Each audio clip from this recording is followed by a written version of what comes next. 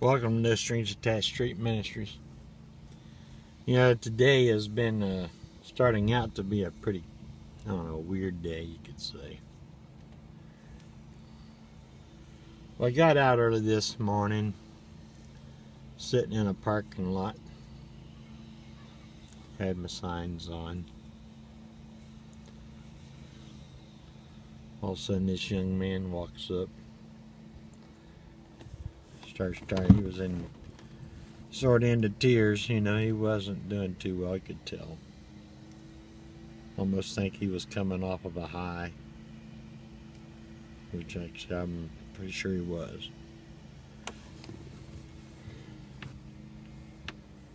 But we sat and we chatted for a while. He says,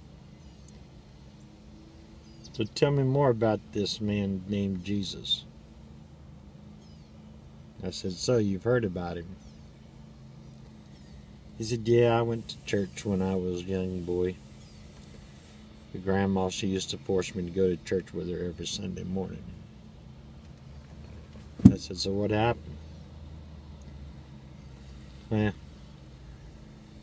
kept getting in trouble in Sunday school. They kicked me out. Did everything I could to just make her leave me alone and let me stay at home. So it's probably the worst thing he's ever done in his life.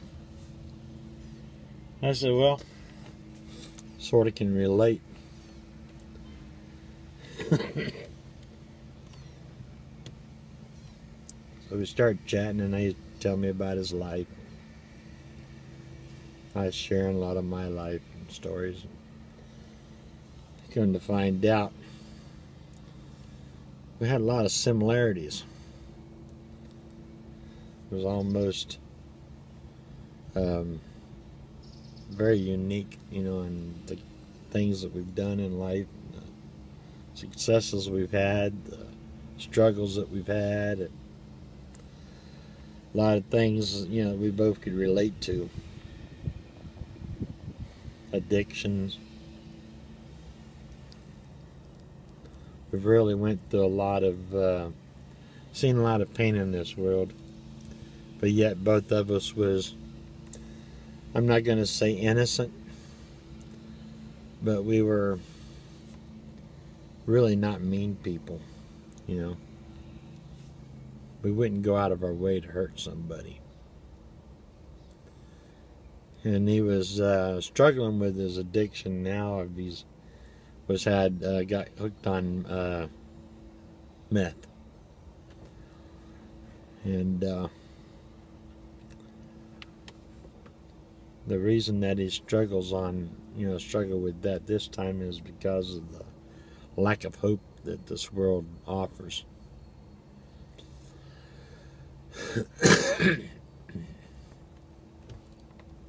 It's gotten pretty bad out there, guys. Think about the world and the kind of shape that it's in, that we don't even realize what's actually going on. It seems like everybody in the world is denying Christ.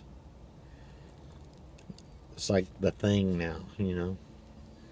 It's almost as bad as the thing is, if you're a Trump follower, you know, everybody in the world hates you.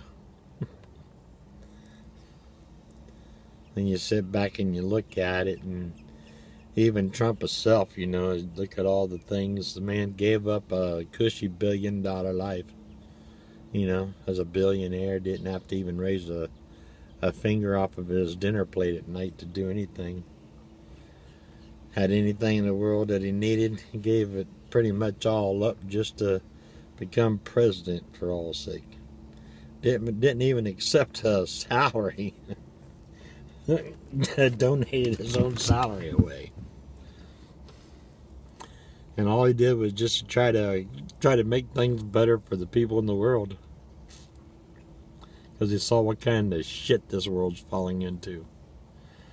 So he did everything he could to say, I'm going to give it a try to see if I can rescue this world.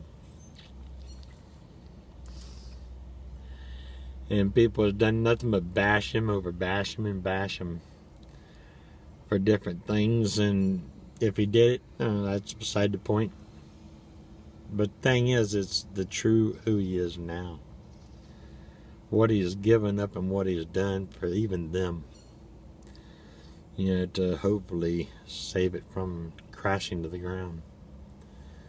Same as this boy and even me myself, the things we do out in this world to try our best to try to curb all this nastiness out here in this world. And all the world does is throw you negative bones. It's just, it's sad to see how the world responds to kindness. It's sad to see how other, people that say they're on your side, they really don't care. They won't lift a finger to even help you along the way. I mean, it's sad to see how this world has become and what's actually taking place in this world. It's really turning sad. It's sad that we could have a nuclear disaster in Fukushima over in Japan, poisoning the world very heavily every day, and nothing but the government and nothing but the elites of this world has done nothing but try to squash it and hide it. The media has lied to us continually and laughed at us in the background, saying these stupid fools, they'll believe anything. And they mock us and make fun of us and treat us, but yet we're still so eager to follow them and to stand up and just do nothing but run around in little mobs and bash people for the goodness that they do in this world. Is that what we really come to as a civilization? It's really sad. It's really sad.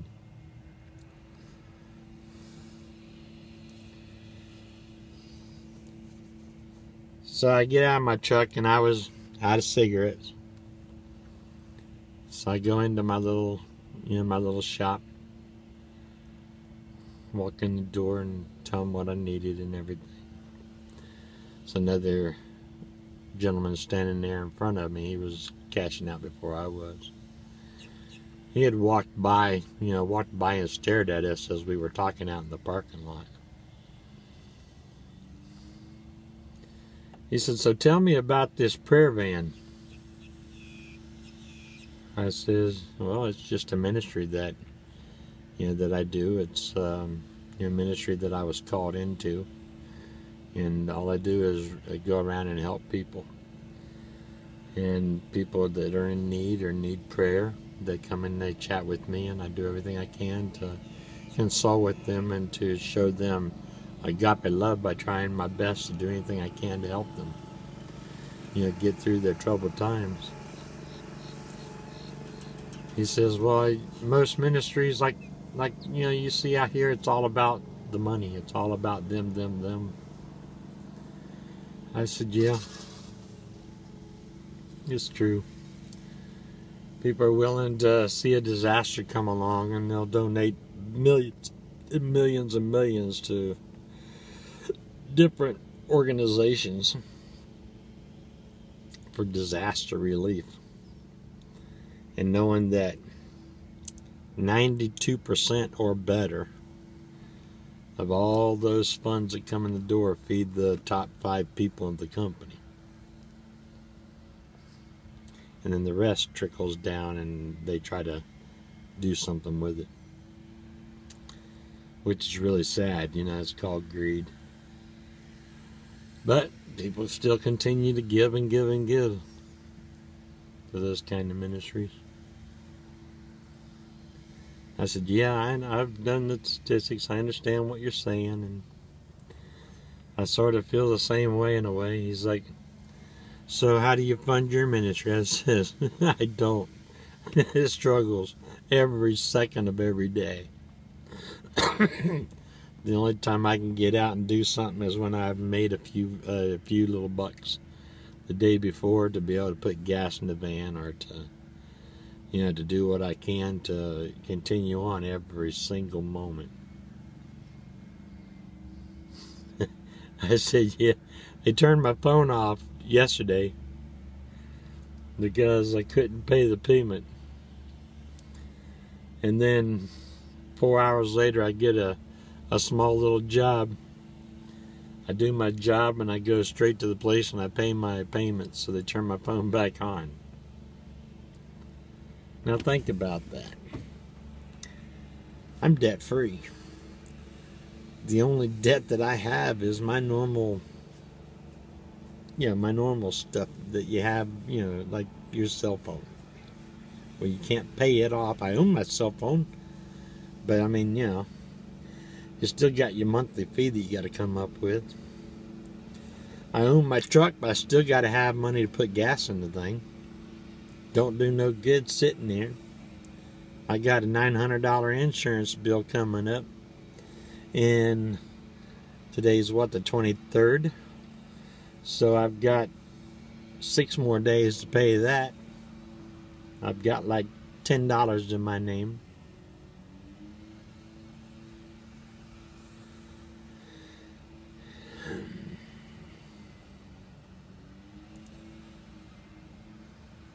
Shows you how much the devil's always kept a thumb on me. Just tried to squish me and just bury me. He'll do anything he can to bury me. And most of the time I'm underwater holding my breath and just waiting for the chance to be able to get up and take another breath. The very second my nose lifts up above the water, I breathe in and I take in as much as I know, because I know good and well I'm going right back down. I'm going to be holding my breath for another minute or two. That's been my life for the last 17 years. But yet I work this ministry.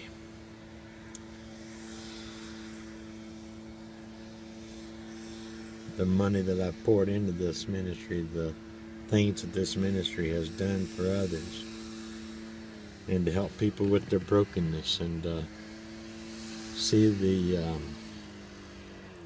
the struggles of this world, and how this ministry has reached out and was able to make enough to even help them, and still keep the doors open, still keep the wheels rolling. And you know what? I'm sure God will keep the wheels rolling once again. He always has. Might have to sit at home for a few weeks or maybe a month or so until I can get it back rolling again. But my determination alone won't let it die. Because that's how much I love my Lord. That's how much I honor to do what He asked me to do. And that's how much I love the people in this world. I think that's one of the worst addictions I think I've ever had. Never knew you could get addicted to Christ. But I guess you can. You know what was so funny? When I went into the store and I was standing in line, and the guy in front of me says, "So what's that prayer event all about?" I tell him, what it was all about and what I do, and he's like, "So what churches are you associated with? Do they do a lot to keep you going? Do they buy your van and help you get along and do what you need to do?" I said, "No, not a dollar." I said, "Well, what about all your Christian friends? Do they sort of, pull out of their pocket and help you?" I said, "1 or 2 every now and then, yeah. But not very much. Just enough maybe to get over a certain little hump that I might be facing, But all in all, it's just a broken down old man doing everything that's disabled and doing everything he can do to scratch a dollar to even pay, just to continue on." He said, "Why do they not see value in what you do?" I says, "I guess not." I said, "But I know in my heart what's really right and what's there. And he's like, well, he said, the reason I'm asking, he says, I sat and I watched you this morning. Because I'm in the guy that was sitting in the car just across the parking lot from you. I walked by you this morning when you was out talking with that guy. But I was sitting there since 3 o'clock this morning. And I saw that boy sitting over there on that curb for probably 2 hours, until you showed up. And when you showed up, and you sat there probably for 45 minutes for no reason. He said, and then the man got up and come over and talked to you. And I saw you sit there and talk with him probably for 2 to 3 hours and just chatting and talking and crying and praying. And it's amazing just to watch you all wondering what in the world was being said, what was going on in your all's conversation. So then I watched this man walk away, wiping the tears out of his eyes, and I could tell within just the sight of him that something changed inside this man.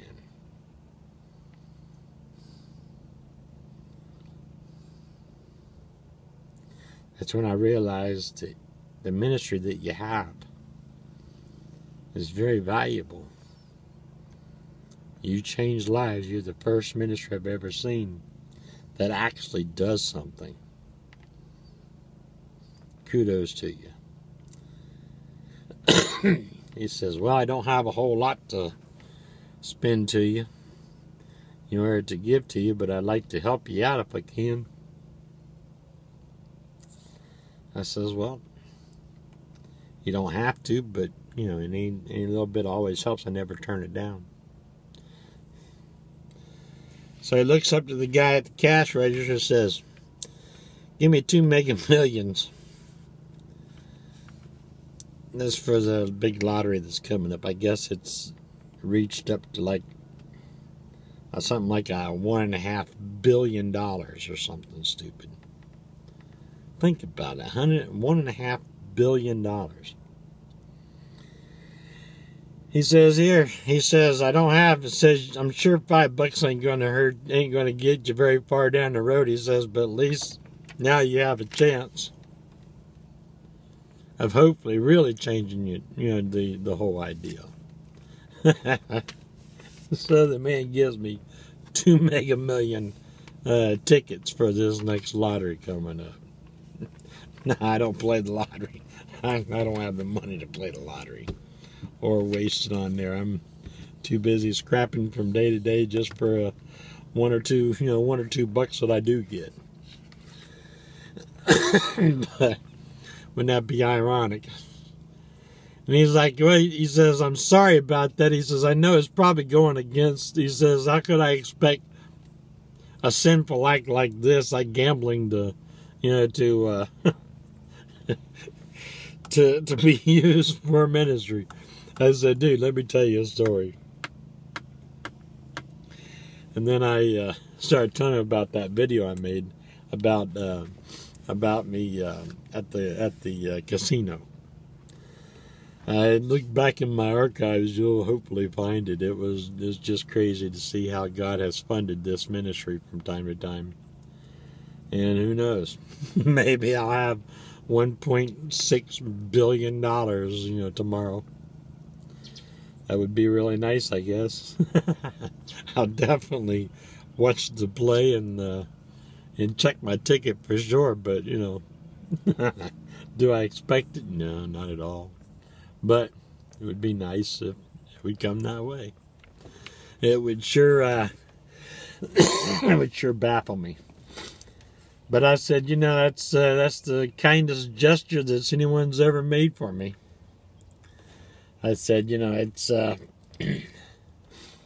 said, yeah, there's been a few people out here that's helped along the way and, tried their best to keep up, but even they fade away, I guess they come up with different things or different reasons, or, want to help another ministry or whatever the reason is. I don't know. Maybe they finally got beaten to a pulp over their help. And the devils beat them down so bad they probably went broke themselves. What happened to me? So why would I expect it not to happen to somebody else? But it's just like this hurricane that hit up there. Been getting a lot of pull in my heart to make it up there, but I've got a quarter tank of gas, and I'm around 360 miles away from there. This truck gets 9 miles a gallon. I ain't getting very far. I'd be lucky to get out of the county with the gas that I've got. So,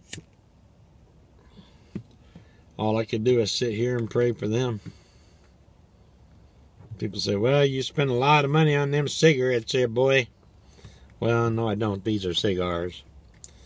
Cigars are not a part of the sin tax. You're not having to pay $10 a pack for a pack of cigarettes. Mine is, I get mine for $9 a carton. So for what most people would spend to have 1 day of smoking 1 pack a day, I can smoke for over a week and a half. So, is it worth it? I mean, I smoke because of the addiction. I don't smoke because of enjoyment or taste anymore, because of smoking's taking the enjoyment and the taste both away.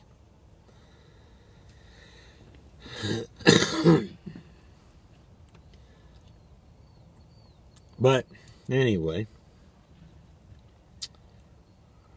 and there's times that I even have to even slip on that a few days until I can get enough to feed my addiction. So I understand addictions extremely well. I understand the pain and the frustrations and the aggravations and the thing in this world. Remember, guys, I wear my pants just like anybody else. I'm one person that is very in tune with the pain that you live every single day and your struggles every day. I'm a man that stood in your shoes and walked in your shoes. I understand the pains and the things that you go through in your life and the experiences that you have to deal with, of the death, of the loss of family, of watching someone die right at your feet.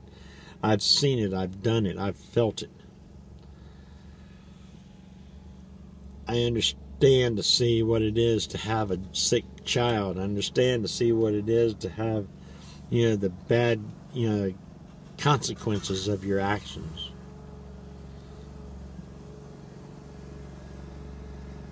So like I said, the reason why I'm called into this, because not only do I just understand it, I've walked it very thoroughly and very different many times in my life. Actually, my whole life has walked this walk. So who else better to counsel someone that's fought through it and lived through it and understands truly the kind of pain and the dealings that you have to deal with every day to try to struggle through it.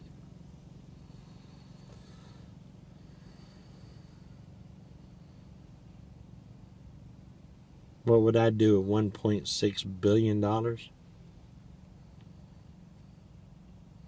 could help quite a few people. I would dedicate every day, every moment of my life to helping others. Because I know what that's like. That's what I love about these things here, because like I said, I smoke it because of a habit. It's an addiction.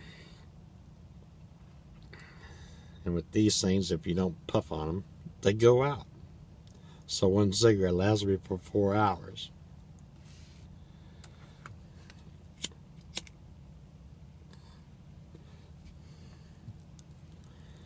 I get 1 or 2 puffs on it and it goes out again.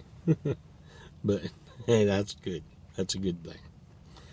I'm not complaining, but it's something that that I have to deal with.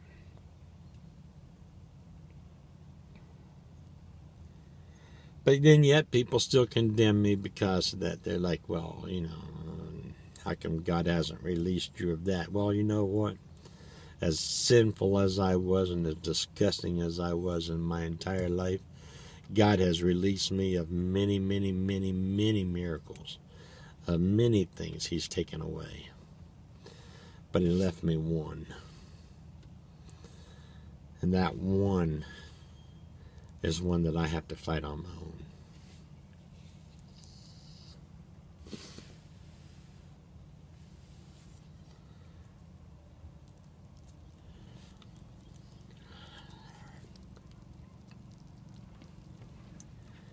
The kinds of things that the world goes into, I mean, we throw ourselves into the pit of hell and the pit of death.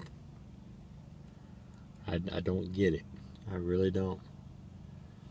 But then we all stand and cry for salvation. The moment salvation shows up, we deny it.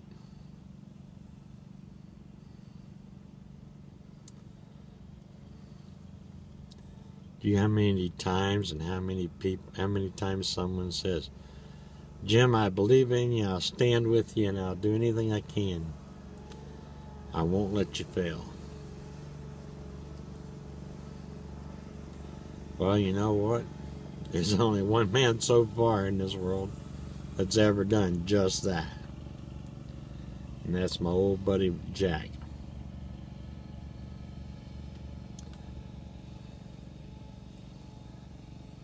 And there's been a lot of others that's really reached out and done a lot for me, don't get me wrong.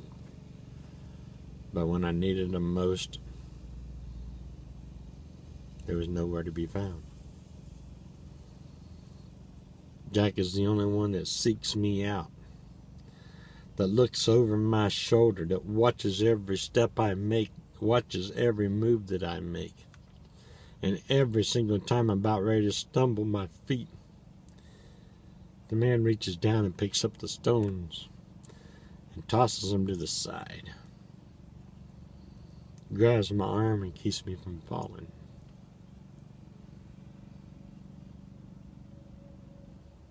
Don't get me wrong, there's a few of them that's really helped me a lot on the way. But you know what, even those I can only count maybe on one hand. I've loved people my whole life. But my own mommy told me that the only way I could get the kids to play with me is to tie a stake around my neck. Referring to the dog. You know, I think I mentioned that in one of my other videos too about that. You have to tie a stake around your neck to get the dogs to play with you. That's how bad it is. Well, that's how it is. I mean, honestly, I'll reach out. I'll reach out and I'll do anything for just about anybody. They don't even have to even be my friend. Just a total stranger I'll do that for. And I've done that millions of times.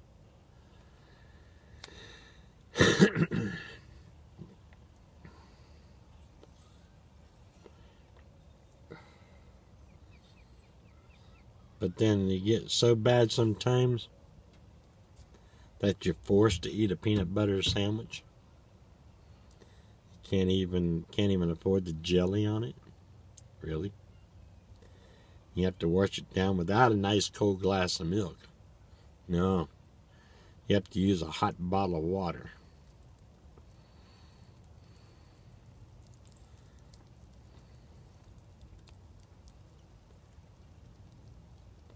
People don't understand. I was disabled in the year 2000.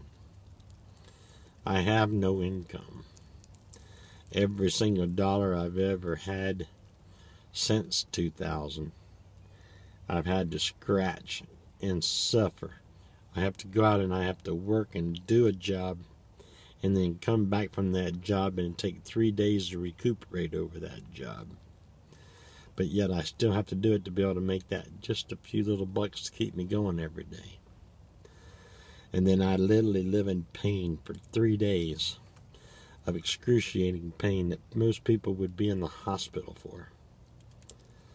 And I have to live that pain. So I have to pay my way through pain. But yet then I'm so generous with others that I'll give every single thing I have to them. I'll live that pain for them every day. And I have for 17, 18 years. Social Security denied me 15 times. I finally just gave up.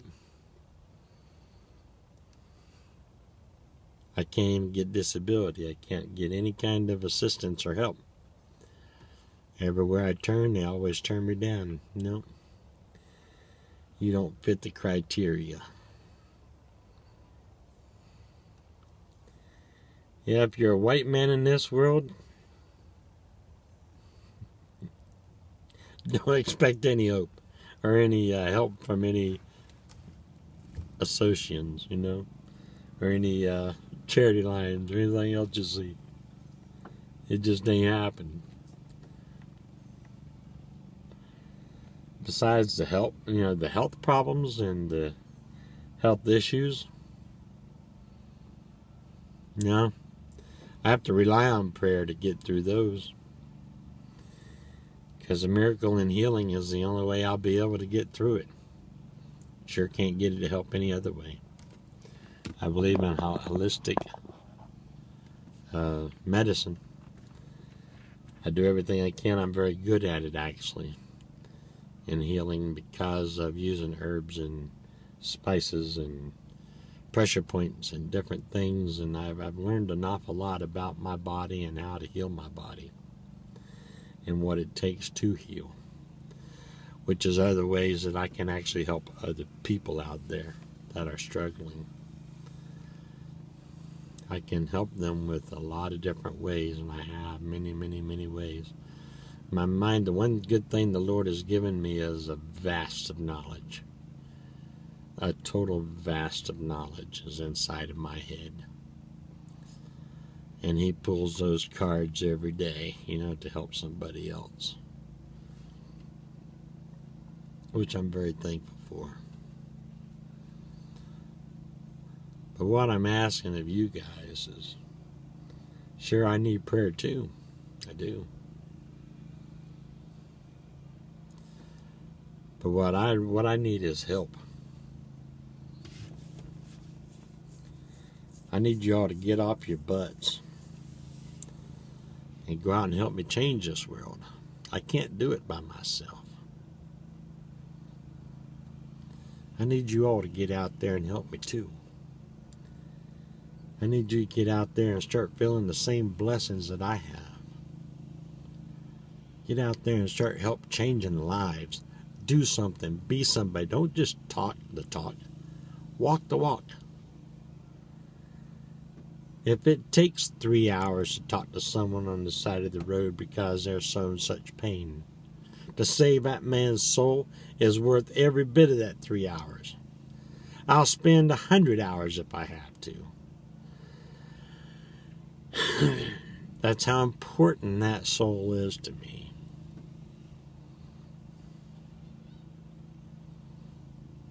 That's how important you are to me.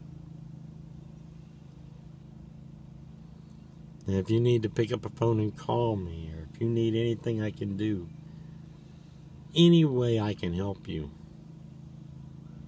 that's what I'm here for. You'd be surprised how many times people call me on the phone and I've sat and chatted with them for 2-3 hours at a time. Do I make any good? I don't know.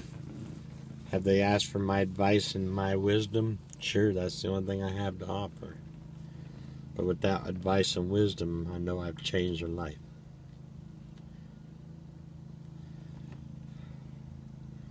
And with my testimony that's in my soul and my heart and my prayers and my guidance towards Jesus Christ, I know I've changed their life. And like I always said, you may forget my name, you may forget about me one day, which I'm sure you will, because 90% of my life, people's forgotten me. I've probably met 10 million people over my life. And I can't count the friends on my hand on one hand.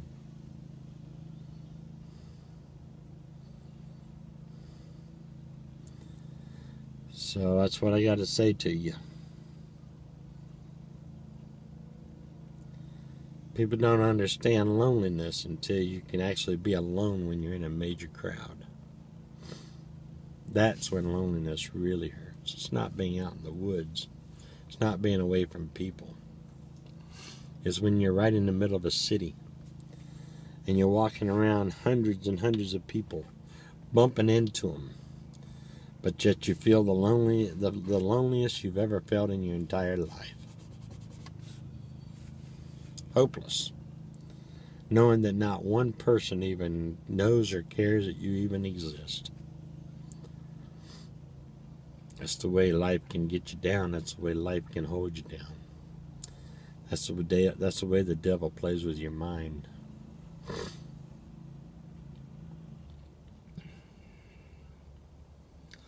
But I don't know. Yeah.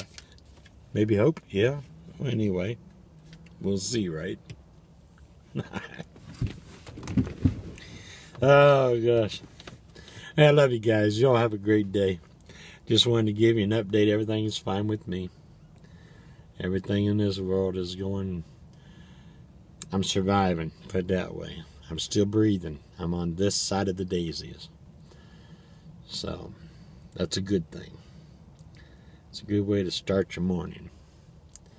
And when you can start your mornings like I start every morning, either receiving the gloriness of God and watching a beautiful sunrise, and in my worship, or reaching out and touching some soul and showing him my sunrise and teaching him how to worship, or her.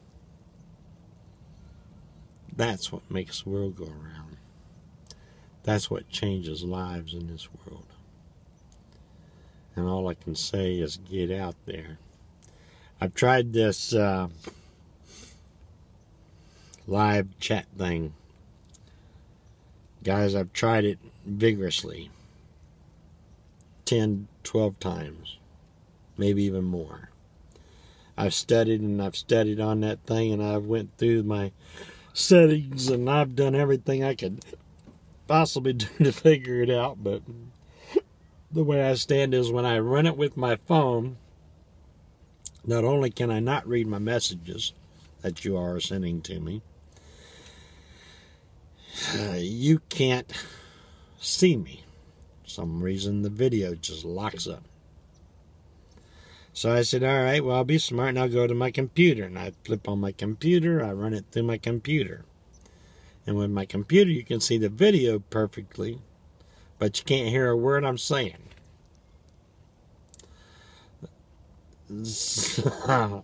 I guess I'll just have to give up on that. I don't know what to do with that until they change the Wi-Fi in this area or do something where I can find how to do it. I don't know what to tell you about that. I'd love to be able to sit and chat with you because it's one-on-one.